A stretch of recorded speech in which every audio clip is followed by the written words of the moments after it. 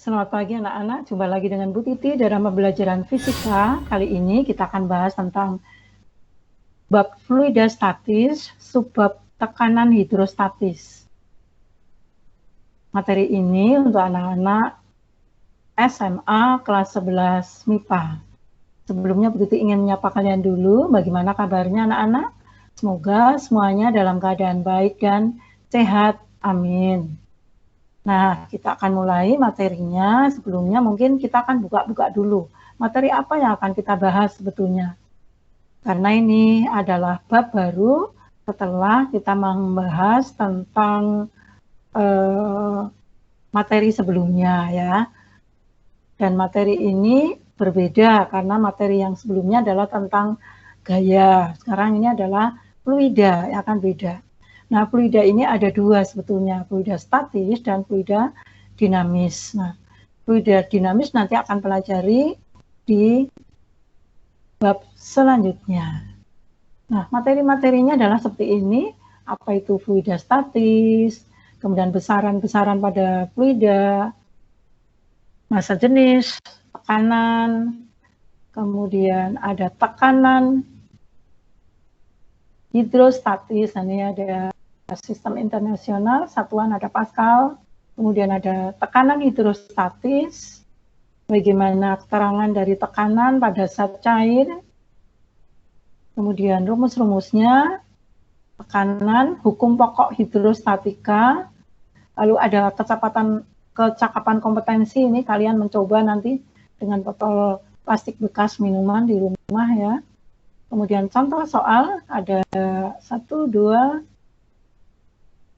dan juga ada tambahan materi paradoks hidrostatis di sini. Apa itu paradoks hidrostatis? Kemudian tekanan Gauss ya. Pada manometer dan pada barometer. Nah, itu materinya, lalu contoh soal ya, contoh soal lagi. Dan terakhir adalah latihan soalnya. Seperti itu anak-anak. Materi yang akan kita bahas di bab ini, di bagian ini, semoga bisa menambah pemahaman dari konsep-konsep tentang fluida statis.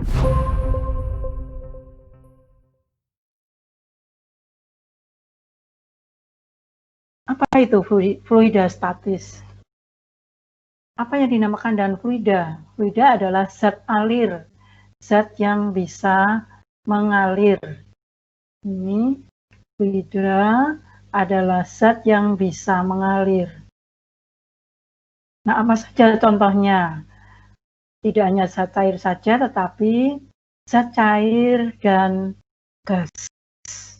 Inilah fluida. Sedangkan statis artinya diam. Berarti fluida statis mempelajari tentang sifat-sifat fluida atau zat alir yang diam. Jadi zat cair atau gas dalam keadaan diam. Nah, besaran-besaran apa yang dimiliki oleh fluida statis? Jadi besaran yang dimiliki oleh fluida statis dapat kalian cermati penjelasan berikut. Yang pertama adalah massa jenis dan tekanan. Massa jenis dan tekanan ini sudah pernah dipelajari di SMP. Kita sering mendengar tentang kerapatan atau massa jenis, kerapatan berat dan kerapatan relatif. Nah, apa yang dimaksud dengan istilah tersebut? Yang pertama adalah kerapatan atau kita sering menggunakan istilah massa jenis. Didefinisikan sebagai massa persatuan volume M per P. Simbolnya adalah Rho ini. Ya, kita sudah pernah mengenal. Massa ini kilogram, volume itu meter kubik. Jadi di sini satuannya adalah kilogram per meter kubik. Ini satuannya. Kemudian kerapatan berat. Tadi kerapatan atau massa jenis, sekarang berat jenis.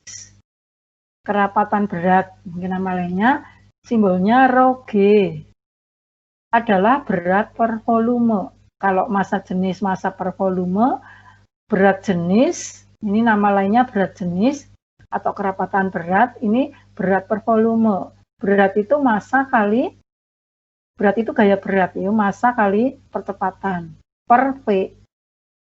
Jadi, kalau dilihat satuannya Newton per meter kubik. Newton ya per meter kubik. Ya, karena volume ini. Nah, sekarang massa jenis relatif adalah perbandingan antara massa jenis benda dengan massa jenis air dengan volume yang sama. Jadi, rho relatif adalah rho benda dan dibanding dengan rho air. Nah, itulah anak-anak besaran-besaran pada fluida. Nah, fluida memiliki sifat yang berbeda dengan benda padat. Kalau benda padat tidak akan berubah, meskipun kita memindahkannya dari satu tempat ke tempat yang lain. Tidak demikian dengan fluida.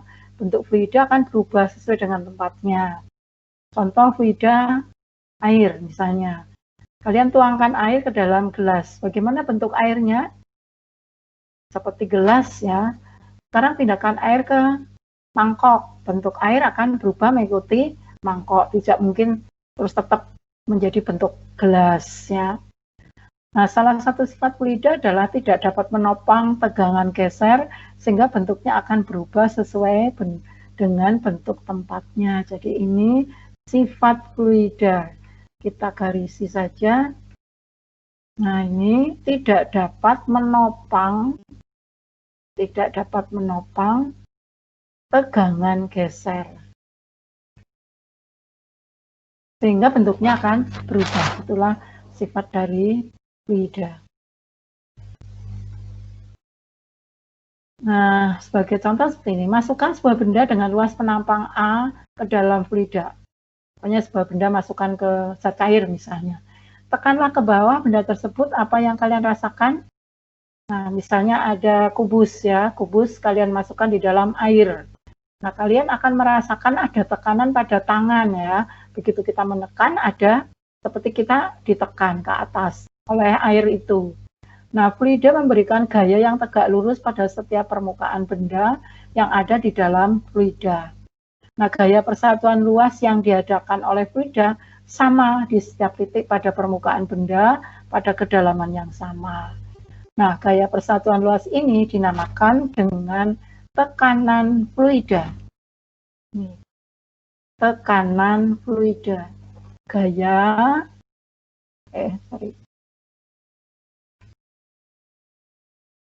tekanan fluida ya. Jadi gaya persatuan luas F per A. P adalah gaya persatuan luas. Nah, satuan tekanan dalam satuan internasional adalah Newton per meter persegi. Ya, di sini F itu Newton, gaya A itu meter persegi. Jadi satuan dari tekanan adalah Newton per meter persegi yang dinamakan juga Pascal. Simbolnya P besar, A besar. 1 Pascal adalah 1 Newton per meter persegi. Bila kita membahas fluida, kita akan mengenal apa yang disebut dengan modulus Limbach. Ini ada istilah lain anak-anak. Modulus Limbach atau modulus bulk. Ya, simbolnya B ini. Modulus bulk itu simbolnya B. Ya. B adalah P per delta V per V. Modulus bulk ini sama dengan P tekanan per perubahan volume dibagi volumenya. Jadi ini satuannya tetap tekanan karena ini satuannya sama, coret, sehingga tekanan Newton per meter persegi. Dalam sistem internasional satuan tekanan itu Pascal. 1 Pascal 1 Newton per meter persegi. Dalam kehidupan sehari-hari, satuan tekanan ada bermacam-macam.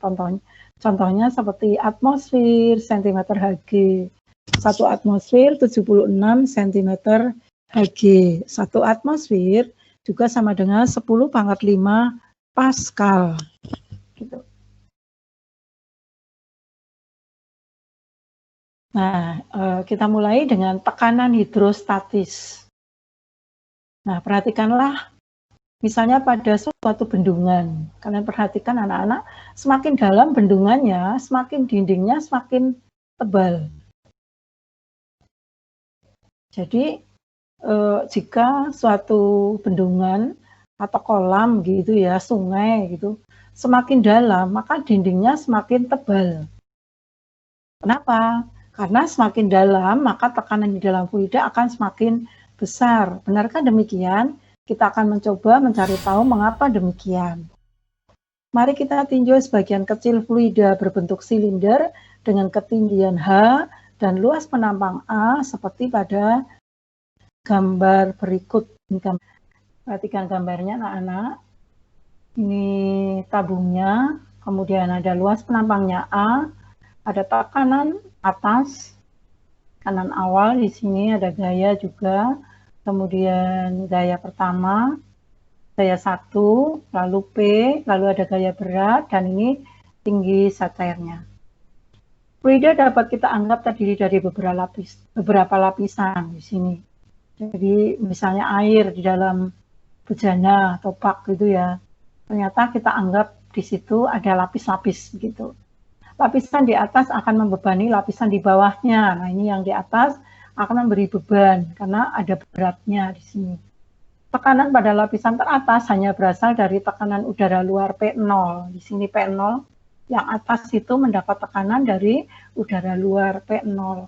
Lapisan di bawahnya mendapat tekanan dari udara luar dan dari berat lapisan di atasnya. Nah ini kalau yang A tadi, yang lapisan yang pertama itu mendapat tekanan dari tekanan udara P0, sedangkan untuk yang lapisan di bawahnya mendapat tekanan udara dari luar dan dari berat lapisan di atasnya.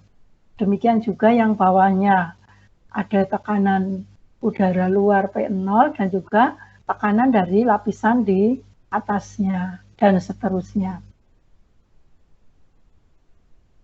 Lapisan-lapisan fluida tadi diam di dalam fluida dan mendapat tekanan dari fluida yang lain baik di atas maupun di bawahnya. Jadi di sini saling menekan ya, mendapat tekanan gitu. Karena silinder fluida diam, maka resultan gaya yang dialami adalah 0. Ya, jadi karena posisi benda ini, silinder yang berisi fluida itu, misalnya bejana atau tabung berisi air diam, berarti jumlah atau resultan gaya yang ke bawah itu sama dengan yang ke atas. Jadi F0 sama dengan F1. Mari kita lihat pada permukaan di bawah silinder. Gaya totalnya harus 0. Yang ini, yang di bawah silinder. Jadi gaya totalnya antara F dan W itu harus 0. Tekanan dari atas, tekanan di atas silinder.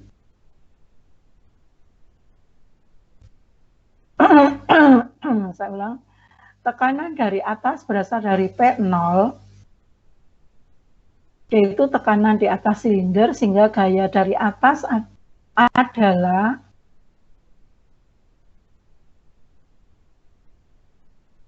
F0 sama dengan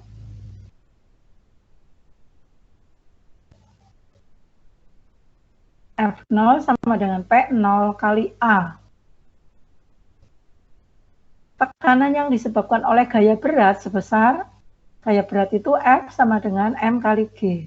Sedangkan tekanan dari bawah berasal dari fluida yang berada di bawah silinder. Sehingga gaya dari bawah silinder fluida adalah F sama dengan P kali A. Karena luas penampang atas sama dengan luas penampang bawah, yaitu A, kita dapat menuliskan persamaan gaya pada permukaan bawah silinder, yaitu F sama dengan F0 plus M kali G. Bila fluida memiliki kerapatan R, maka massa fluida dalam silinder adalah M sama dengan Rho kali V atau R kali A kali H. Jadi di sini volume, ini A kali H ini volume, R itu tadi kerapatan atau massa jenis. Sehingga persamaannya adalah F sama dengan F0 per Rho G delta H. Bila kedua ruas persamaan kita bagi dengan A, maka kita akan dapatkan tekanan di dalam silinder fluida adalah P sama dengan P0 per plus Rho GH. Seperti itu anak-anak. Di tekanannya. Nah sekarang tekanan hidrostatis. Tekanan di dasar silinder harus lebih besar daripada tekanan di atas silinder untuk menopang berat silinder. Jadi gaya yang ke atas harus lebih besar dari gaya yang ke bawah. Hal ini tampak pada persamaan 9. Tekanan pada kedalaman H lebih besar dari tekanan di bagian atas dengan selisih sebesar RGH. Dan ini berlaku untuk fluida dalam bejana apapun, tidak bergantung pada bentuk bejana. Pada setiap titik di kedalaman yang sama memiliki tekanan yang sama. Pernyataan ini disebut dengan hukum pokok hidrostatika.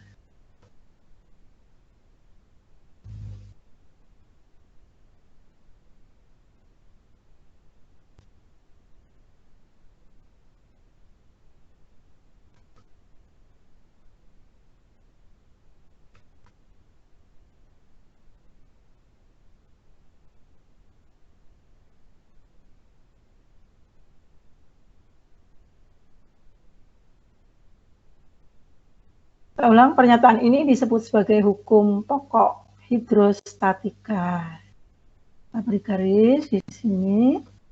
Hukum pokok hidrostatika. Apa itu hukum pokok hidrostatika? Yaitu titik-titik pada kedalaman yang sama, titik-titik pada kedalaman yang sama akan memiliki tekanan yang sama.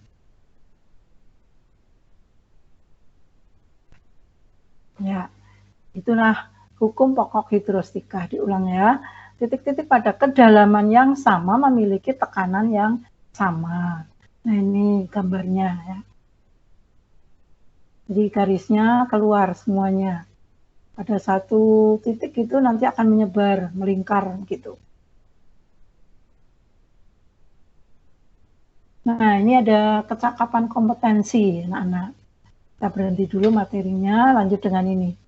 Ada satu tugas ya, kalian bisa kerjakan sendiri, dicoba sendiri nanti ya. Kalian dapat menggunakan barang bekas seperti botol plastik, bekas minuman yang transparan ya, seperti botol minuman air mineral itu ya. Kemudian dilubangi dinding botolnya secara melingkar, muter semuanya dengan ketinggian sama. Yang satu ketinggiannya sama, muter seluruh botol, permukaan botolnya dengan ketinggian yang sama ya, kayak membuat lingkaran itu. Lakukan yang sama dengan botol lain, ada botol lain, jadi botolnya 2, ketinggiannya berbeda dengan botol yang pertama. Isi dengan air dan lihatlah air yang memancar dari lubang botol. Berapa jarak yang ditempuh oleh air yang memancar, mana yang paling jauh. Nah ini perlu kalian coba dulu, ini percobaannya. Ini kecakapan kompetensi tadi. Siap ya anak-anak ya mengerjakannya. Nah sekarang contoh soalnya. Nomor 1, bila tekanan di permukaan adalah 101 kilopascal ya, carilah tekanan yang dialami sebuah kapal yang berada kedalaman 100 meter di bawah permukaan laut. Jika Rho 10⁻³ km per meter persegi. Kilogram per meter kubik ya. Jika Rho sama dengan 10⁻³ kg per meter kubik. Penyelesaiannya diketahui P0-nya 101 kali 10 pangkat 3. Ini pangkat 3 ini ya. Jadi pangkatnya 3 bukan 100. Ya, seperti di atas ini. Ini dicoret saja, terus ini 3-nya ke atas. Nah, ini 10 pangkat 3 Pascal. Ini coret saja. H 100 meter. Ya, ini ketinggian juga harus meter. Lalu dengan menggunakan persamaan tadi yang sudah kita pahami, maka P sama dengan P0 plus rho GH. P0-nya 101 kali 10 pangkat 3. Kemudian rho-nya 10 pangkat 3. G-nya, nah, G-nya menggunakan 9,8 ya. Ini Newton per meter, betul, 100 meter. Sehingga ini hasilnya 101,81 kilopascal. Ya, ini dikalikan ya 981 ini ditambahkan di sini 101. Jadi 1081 kilopascal. Itulah anak-anak cara menghitungnya. Kemudian yang kedua, sebuah pipa U berisi 2 cairan dengan kerapatan berbeda pada keadaan setimbang. Di pipa sebelah kiri berisi minyak yang tidak diketahui kerapatannya. Di sebelah kanan berisi air dengan kerapatan 1000 kg per meter kubik. Bila selisih ketinggian di permukaan air adalah H 13 mm dan selisih ketinggian antara minyak dan air 15 mm, berapakah kerapatan minyak? Ya, ini ada air dan minyak ya. Kemudian di sini selisih ketinggiannya 15 mm, sebelah kanan ini dibuat garis begitu, terus ini selisih ketinggiannya 13 mm. Penyelesaiannya, tekanan di sebelah kiri pipa disebabkan karena tekanan atmosfer dan berat minyak. Di sini. Tekanan di sebelah kanan pipa adalah karena berat air dan tekanan atmosfer. Tentu saja di sini ya. Di sini dan di sini semuanya mendapatkan tekanan, yaitu tekanan atmosfer dan dari berat minyak. Kalau di sini tekanan atmosfer dan berat air. Tekanan pada titik yang segaris adalah sama di sini. Sama, dibuat garis. Sehingga rho GH sama dengan rho GH. Ini G-nya ya G sama ya. H1 lalu di sini, yang di sini H2. Jadi yang berbeda adalah H1 dan H2. Kalau G sama, rho-nya sama karena ini di sini disamakan tinggiannya. Kalau ini keliru anak-anak, ini rho-nya harusnya rho 1. Kalau G-nya sama, ini rho 1 salah ini anak-anak. Rho 1, ini rho 2. Ya, mungkin nggak kelihatan ini. Nah, sedangkan G-nya sama. G sama. Jadi rho 1 kali G H1 sama dengan rho 2 G kali H2. Ya, ini seperti ini. Ya, dicoret. G-nya dicoret sehingga rho 1 kali H1 sama dengan rho 2 kali H2. Nah, rho 1 ini harusnya ada antaranya ya ini.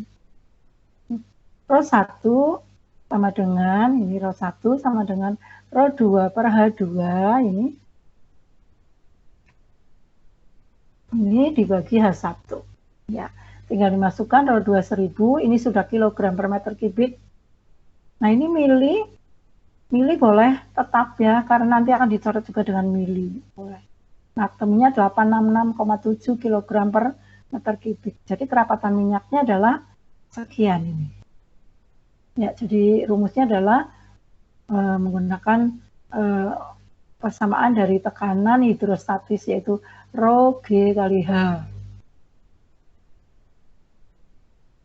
Sekarang kita lanjut materinya, yaitu tentang paradoks hidrostatis. Apa itu paradoks hidrostatis ya? Amati bentuk bejana pada gambar ini. Gambar tersebut menunjukkan bejana dengan bagian air yang bentuknya beda-beda. Ini tabung yang agak lebar, ini yang sempit, terus ini yang miring begitu. Menurut kalian mana yang tekanannya paling besar? Sekilas tampaknya di bejana yang paling besar. Yang paling besar yang ini ya.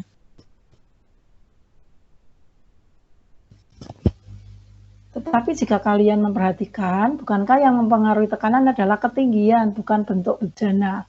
Nah, tadi rumusnya rho GH itu H adalah ketinggian. Jadi ketinggian itu yang menentukan. Keadaan yang tampaknya berlawanan ini disebut sebagai paradoks hidrostatik. Jadi karena tingginya sama berarti tekanannya sama. Tapi sepertinya beda atau berlawanan, namanya adalah paradoks hidrostatis atau hidrostatik. Paradoks hidrostatik. Ya. Tekanan hidrostatik tidak bergantung pada bentuk bejana, tapi hanya bergantung pada kedalaman. Tekanan titik A, B, dan C adalah sama. Air di bejana terbesar memang lebih berat dari bejana yang lain. Air yang bejana yang besar tadi, tetapi sebagian berat air yang diberi tanda gelap ditopang oleh sisi bejana yang miring. Sisi yang miring memberikan gaya normal terhadap tekanan air, dan gaya normal ini memiliki komponen ke atas yang menopang berat air. Ya, ini. Ya. Jadi ada sisi yang gelap ini memberikan gaya normal.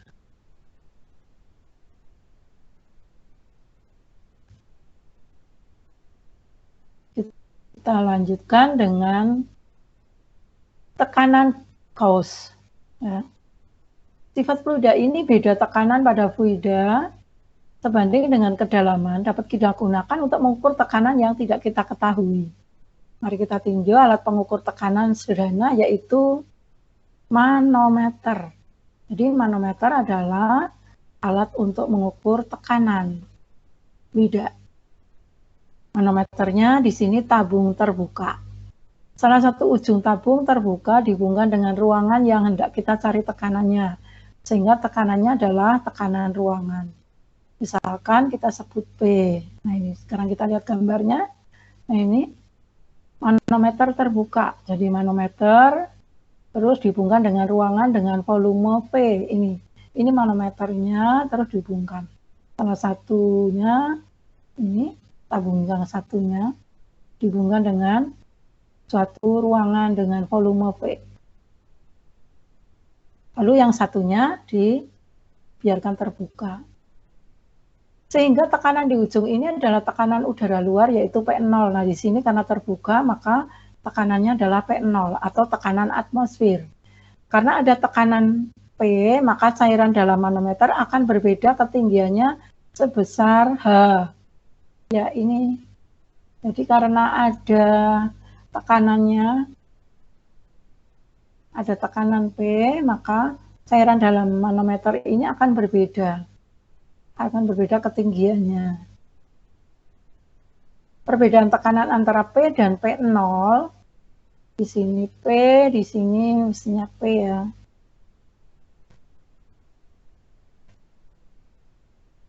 Ini P, di sini P0. Nah, perbedaannya disebut dengan tekanan Gauss ya. Tekanan P disebut tekanan mutlak. Kita bisa mengatakan bahwa tekanan mutlak adalah tekanan Gauss per tekanan atmosfer. Jadi P adalah P Gauss plus P atmosfer. Besarnya tekanan Gauss adalah rho kali G kali H. Kerapatan cairan adalah rho dalam manometer dan H selisih ketinggian cairan dalam manometer. Tekanan Gauss merupakan tekanan yang ditunjukkan oleh alat ukur. Jadi tekanan Gauss ini penting anak-anak, istilah baru, tekanan Gauss merupakan tekanan yang ditunjukkan oleh alat ukur. Tekanan yang ditunjukkan oleh alat ukur. Ya, ini saja. Tekanan Gauss merupakan tekanan yang ditunjukkan oleh alat ukur di sini. Dalam ini alat ukurnya adalah manometer. Pada manometer pipa terbuka, maka P sama dengan rho GH plus P atmosfer. Ini. Bagaimana jika kita menggunakan barometer tertutup? Barometer adalah alat ukur mengukur tekanan udara luar. Barometer, kita garisi lagi. Barometer adalah alat untuk mengukur tekanan udara. Tekanan udara tetapi yang luar. Mari kita lihat gambar barometer pipa U untuk mengukur tekanan atmosfer di sampingnya ini. Barometer pipa tertutup, ini tertutup, digunakan untuk mengukur tekanan atmosfer ini di sini. Pada pipa U barometer tekanan di tabung tertutup adalah 0, sedangkan tekanan pada ujung pipa terbuka adalah tekanan atmosfer. Besarnya tekanan atmosfer dengan demikian P plus rho GH plus 0. Jadi P-nya rho GH. Ya, dilihat di sini pada pipa U barometer tekanan di tabung tertutup adalah 0. Kita lihat gambarnya tadi. Nah, di sini ini tekanannya 0. Tidak ada hubungan dengan luar, jadi tidak ada tekanannya. Sehingga P-nya adalah rho kali G kali H. Contoh soal yang ketiga. Ketinggian air raksa pada barometer pipa U di suatu tempat adalah 760 mm. Berapakah tekanan atmosfer di tempat itu bila R, ini R itu tadi rho ya, air raksa adalah 13,595 kali 10,3 kg per meter kubik. Lalu B, jika pipa tidak berisi air raksa tetapi digunakan air, berapa tinggi kolom air di tempat itu? Penyelesaiannya diketahui H 760 mm. Lalu rho atau R air raksa 13,595 kali 10,3 kg per meter kubik. Jawaban yang A ini tadi tekanan atmosfer, P sama dengan rho G kali H. Rho-nya 13,595 kali 10,3 ini G 9,8, kemudian H 760 kali 10 pangkat min 3 meter ya, karena milimeter ini ya, milimeter menjadi meter berarti kali 10 pangkat min 3 ya, gampangnya seperti itu. Lalu dikalikan angka ini ya, ini menjadi 101,255, sedangkan ini 10 pangkat 3, ini 10 pangkat min 3, sehingga hilang. Tinggal perkaliannya saja, 13 kali 9,8 kali 760. Jadi 101.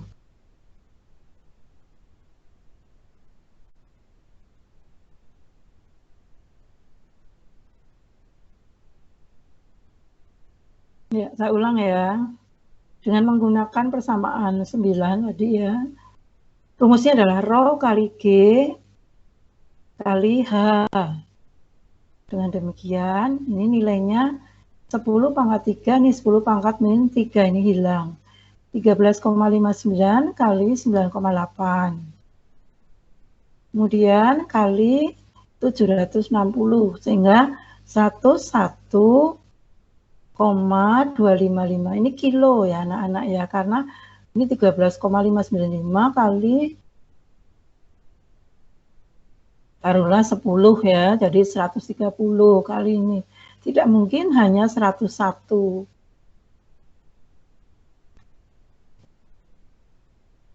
Jadi di sini 101,255 Pascal.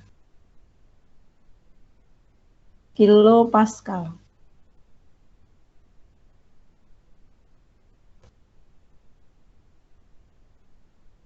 Ya, kita lanjut. Jika pipa tidak berisi air raksa tetapi air yang kerapatannya 1000 kg per meter kubik, maka 101,255 sama dengan 10 pangkat 3 kali G kali H.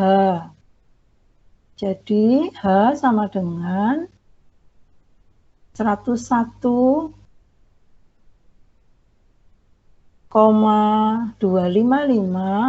dibagi 10 pangkat 3 dibagi 9,8.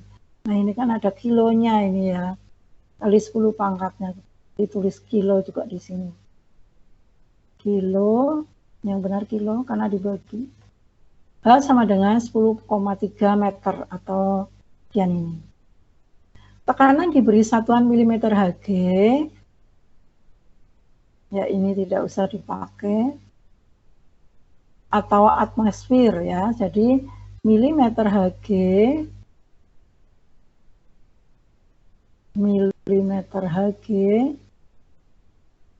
dan atmosfer. Ini. Satu atmosfer 760 mm Hg. Ya kita nggak usah pakai ini ya. Sedangkan 1 mm Hg 1 torr adalah 133,3 Pascal.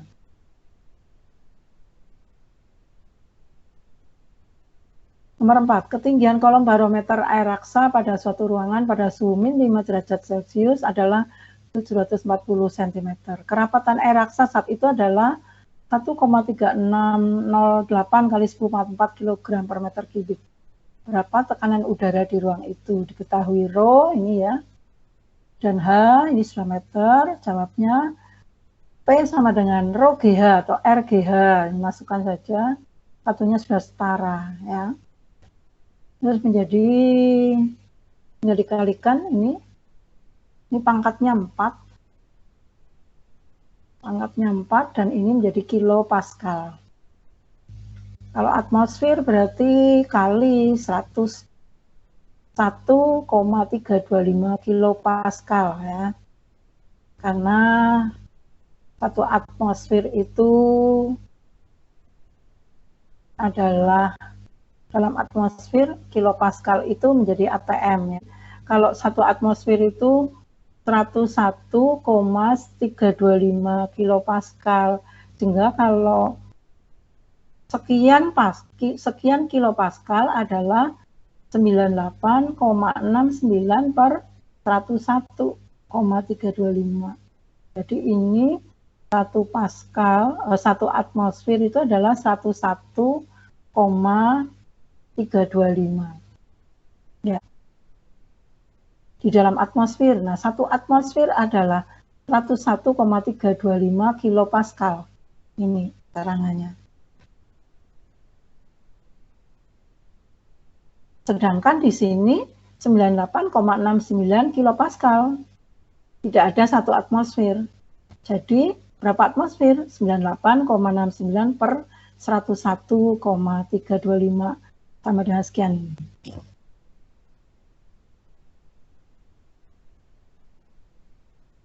Nah, sekarang latihan soalnya. Latihan soalnya hanya 2 anak-anak. Yang pertama tentang tekanan hidrostatis, kemudian yang kedua tentang pipa U ya. Mudah ya anak-anak. Nanti kalian kerjakan, pasti bisa ya. Yang pertama, Faza memiliki kolam renang di rumahnya, kedalamannya 1,8 meter. Tekanan udara saat itu 1 atmosfer. Jika massa jenis air 1000 kg per meter kubik dan G sama dengan 10 meter per sekon, maka tentukan A. Tekanan hidrostatis di dasar kolam. B. Tekanan mutlak di dasar kolam. Ya, jadi perhatikan ini tekanan hidrostatis di dasar kolam. Tadi sudah diberi pelajaran konsep tentang tekanan hidrostatis di permukaan dan di dasar bagaimana. Kemudian tekanan mutlaknya juga ada. Nah, nomor 2, perhatikan gambar berikut. Ini ada pipa U, lalu ada dua zat cair, yang satu minyak dan air raksa. Jika ketinggian raksa H1 1,6, ini 1,6 cm, maka tentukanlah ketinggian H2 jika diketahui massa jenis raksa dan minyak berturut-turut 13,6 gram per centimeter kubik dan 0,8 gram per centimeter kubik. Ya. Untuk satuan mungkin kalau kalian menggunakan Rho itu gram per centimeter kubik, boleh ini di sini senti, karena G-nya nanti dicoret ya. Tadi kan dalam contoh-contoh itu selalu satuan dari massa jenisnya, rho-nya itu adalah pakai kilogram per meter kubik ya. Ini gram per centimeter kubik, sama saja.